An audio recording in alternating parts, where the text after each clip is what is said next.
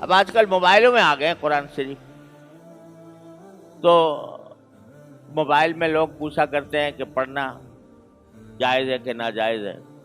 جائز تو ہے پڑھنا، موبائل میں بھی پڑھ سکتے ہیں، لیکن قرآن کریم میں براہ راست جو نسخہ ہے قرآن کریم کا، وہ سامنے رکھ کر پڑھنا اور اس کے اندر دیکھ کر پڑھنا، یہ زیادہ بہتر، زیادہ افضل ہے، اس میں ثواب زیادہ ہے۔ یہ جو ہمیں موبائل کے اندر قرآن کریم نظر آتا ہے، یہ قرآن نہیں ہے، یہ قرآن کریم کا عکس ہے۔ جیسے آئینے میں نظر آ رہا ہو، تو اس کے وہ احکام نہیں ہوتے جو حقیقی قرآن کریم کے نسخے کے ہوتے ہیں۔